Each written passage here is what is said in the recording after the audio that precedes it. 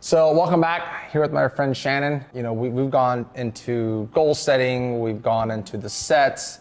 It's all, grandiose things, right? You got your goals laid out, you got your mindset, you got your heart set, you got your health set. Yep. And now what, right? Right. I mean, what does day one look like for me? I remember I was like, okay, well, I don't know what to do here now. Yeah, I mean, we did start with all these big ideas and these big goals, but the key for anybody and for you especially, what's that action step?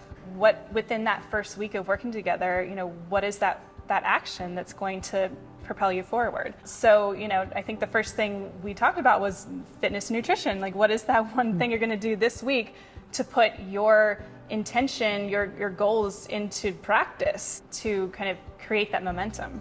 And it's not like that we had a new goal every week, right? I mean, we met week in, week out, and it was really, it's like, hey, did you work out last week? I was like, yeah, I did.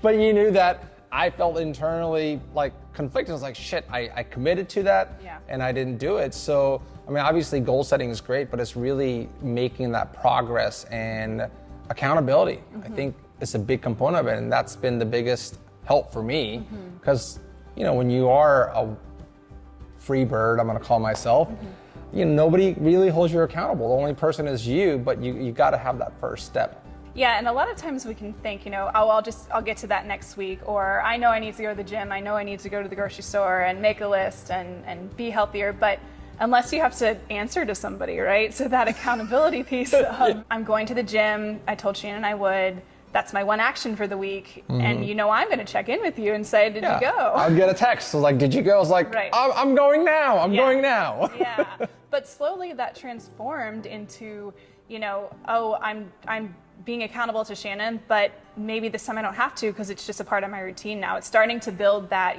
that into your lifestyle where, you're not going to check in with me in 20 years from now. I hope not. But, right? It's like it creates that pathway for you to establish the goal for yourself, just with the support in the beginning from somebody else that's outside of your sphere. Yeah, and I think that it's really important to understand the timeline, right? I mean, we can't just say, here's my goal, I did it, now what, right? Yeah. And at the end of the day, we're trying to create a lifestyle here, right? I mean, even for me now, right, looking at it, by measuring it, by writing it down, I can measure that timeline. Right. Right. And how do you coach others on one, accountability is one, but how do you create that timeline? How do you know you made progress? Yeah, I mean, just like you said, writing it down, being accountable for your own actions, checking in with somebody, finding a calendar and marking off what days did I work out. And then you look back and you're like, well, I started from maybe going one day and now I'm going 5 days. Same thing with meditating, same thing with cooking healthy. And that also creates some of that positive reinforcement, right? Like our brain loves to be rewarded. So if we see our progress and we say, I went 4 times last week, wonder if I can hit it 5 this week. I can eat a Hershey pie now. Not that kind of positive. If you want, sure. But that's how we can create the habits and have it become a part of who we are when our brain is rewarded in those small little instances. I live and die by my calendar. If it's on my calendar, it's going to happen. Yeah.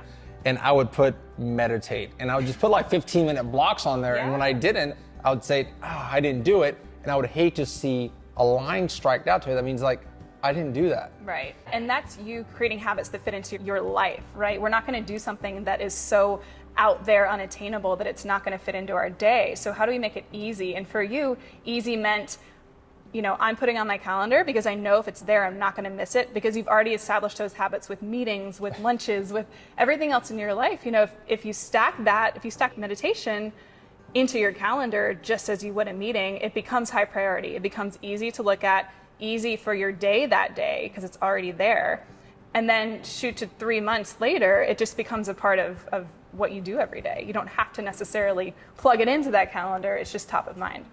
It's still a journey. Every day is still a progress, but accountability side of this has definitely been very, very important for building the goal, building the vision, measuring that timeline, right? Yeah. And if there was the last thing, what would it be that you would kind of say you got to have that and able to achieve these goals? Well, the last piece would be that measurement, measuring your progress, seeing how far you've come, giving your brain that positive reinforcement of look where I started, look what I've accomplished, what else is possible for me. There's one thing to establish habits and stick to that through accountability, checking in with somebody, putting it on your calendar, creating this momentum.